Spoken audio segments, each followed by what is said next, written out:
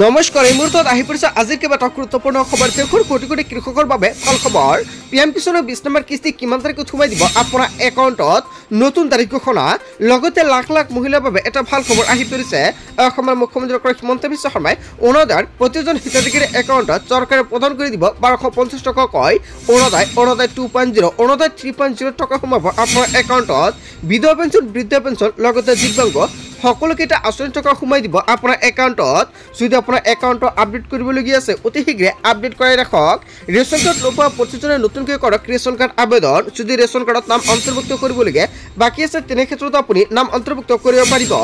লগতে কেইবাটাও ৰাজনৈতিক খবৰৰ লগতে অৰাজনৈতিক খবৰ যুগুত কৰা হৈছে আজিৰ দিনটোত গোটেই অসম তথা ভাৰতৰ বিভিন্ন প্ৰান্তৰ পৰা যুগুত হৈছে কেইবাটাও ডাঙৰ খবৰ এনেবোৰ খবৰ নিতৌ পাই থাকিবলৈ চেনেলটি সাবস্ক্ৰাইব কৰি ভিডিঅ'টো এটা লাইক কৰিবলৈ নাপাহৰিব আজিৰ আমাৰ প্ৰথম খুবেই গুৰুত্বপূৰ্ণ খবৰ হৈছে অসমবাসীৰ বাবে এটা ডাঙৰ খবৰ লাখ লাখ কৃষকৰ বাবে ভাল খবৰ খেতি নষ্ট হলে লাভ কৰিব আপুনি ক্ষতিপূৰণ বানপানী খৰাং বা অন্যান্য প্ৰাকৃতিক দুৰ্যোগে শস্য নষ্ট কৰিলে চিন্তা কৰিবলগীয়া একো নাই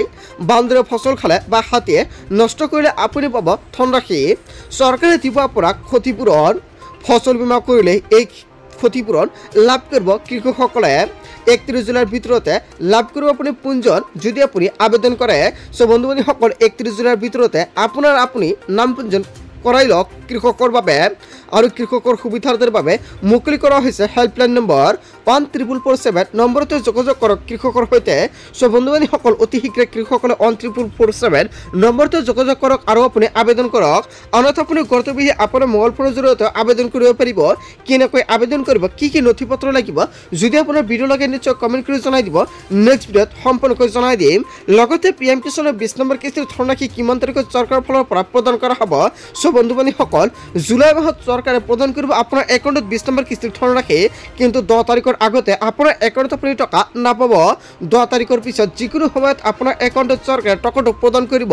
প্ৰধানমন্ত্ৰী মোদীয়ে 9 তাৰিখলৈকে বিদেশ ভ্ৰমণ কৰিব আৰু বিদেশৰ পৰা আহিলেই আপোনাৰ একাউণ্টত পোনপটীয়াকৈ সোমাই দিব 2000 কৈ টকা আৰু যেতিয়া চৰকাৰৰ ফালৰ পৰা নটিফিকেশ্যন জাৰি কৰে নিশ্চয় জানিব পাৰিব এইটো চেনেলৰ জৰিয়তে তাৰ বাবে সকলোৱে আগতীয়াকৈ চেনেলটি সাবস্ক্ৰাইব কৰি ৰাখিব লগতে যদি এতিয়ালৈকে ভিডিঅ'টো যেটা লাইক কৰি দিয়া নাই ভিডিঅ'টো যেটা লাইক কৰি দিব তাৰ পিছত অসমবাসী ৰাজুক জনাইছো আমাৰ পৰৱৰ্তী খুবেই গুৰুত্বপূৰ্ণ খবৰ লগতে ডাঙৰ খবৰ নিষিদ্ধ মাংসৰ বিৰুদ্ধে চলা অভিযানক লৈ প্ৰতিক্ৰিয়া ৰিজল ক্ৰাইম চৰকাৰৰ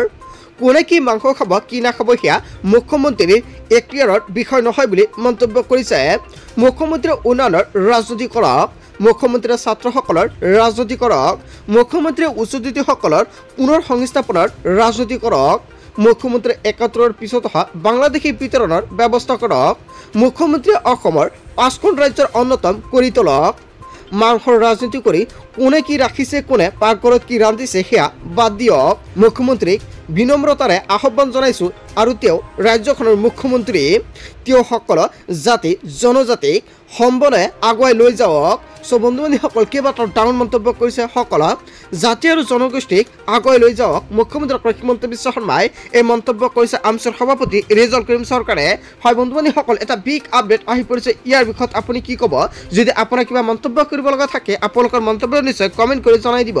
বন্ধু বান্ধৱীসকল গোটেই অসম তথা ভাৰতৰ বিভিন্ন প্ৰান্তৰ পৰা যুগুত হৈছে কেইবাটাও ডাঙৰ খবৰ এনেবোৰ খবৰ নিতৌ পাই থাকিবলৈ চেনেলটি সাবস্ক্ৰাইব কৰি ভিডিঅ'টো এটা লাইক কৰিবলৈ নাপাহৰিব so thank you for watching full video'